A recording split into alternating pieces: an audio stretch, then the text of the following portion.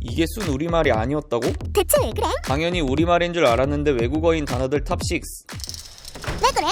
먼저 시장이나 행사장에서 주로 볼 수 있는 단어 바자회입니다. 특정 목적을 위한 자금을 마련하기 위해 단체 내부에서 작은 규모로 만든 일시적인 장터라고 국어사전에 명시되어 있는 단어 바자회는 사실 옛날 페르시아 지역에서 유래한 나름 유서가 깊은 단어라고 합니다. 옛날 페르시아 지역에서 상점가를 뜻하는 버절 발음과 모임을 뜻하는 한자 회를 더해서 만들어진 단어라고 합니다. 실제 국립국어원에서는 바자회라는 단어 대신 자선장, 자선장터라는 말을 쓸 것을 권장하고 있다고 합니다.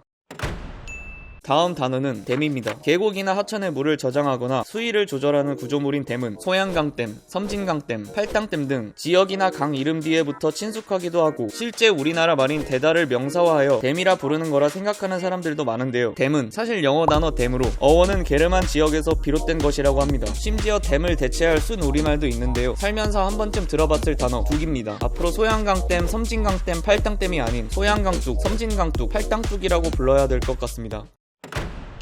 다음 단어는 마지노선입니다. 물러설 수 없는 선을 의미하는 말로 쓰이는 마지노선은 4개의 한자로 구성된 한자어, 즉 마의 노선으로 생각하는 사람이 많다고 하는데요. 사실 마지노선이란 단어는 바다 건너 유럽에서 건너온 단어라고 합니다. 마지노선은 1927년부터 1936년까지 프랑스가 독일과의 전쟁을 염두에 두고 두 나라의 국경에 설치한 대규모 요새지대를 지칭하면서 처음 쓰였으며 건설을 제안한 육군성장관 앙드레 마지노의 이름에서 유래했다고 합니다. 프랑스는 독일과의 전쟁에 대비해 물러설 수 없는 최후 방어선인 마지노선을 설치했지만 실제 독일군은 마지노선의 뒤쪽으로 돌아 침입했다고 합니다.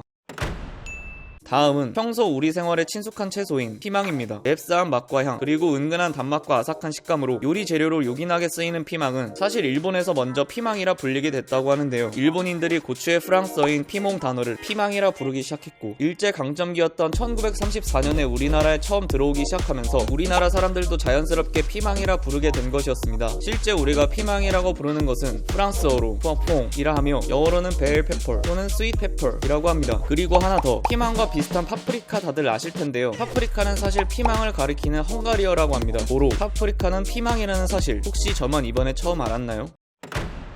다음은 가방입니다. 순 우리말이 아니라면 혹시 한자어인가 라고 생각하시는 분들이 많을 텐데요. 가방은 정말 의외로 네덜란드어라고 합니다. 네덜란드에서 까바스라고 불리는 말이 일본어로 전해져 카반으로 불려졌고 이 발음 역시 일본을 통해 우리나라로 들어와 현재의 가방이란 소리로 변해 사용되어지고 있다고 합니다.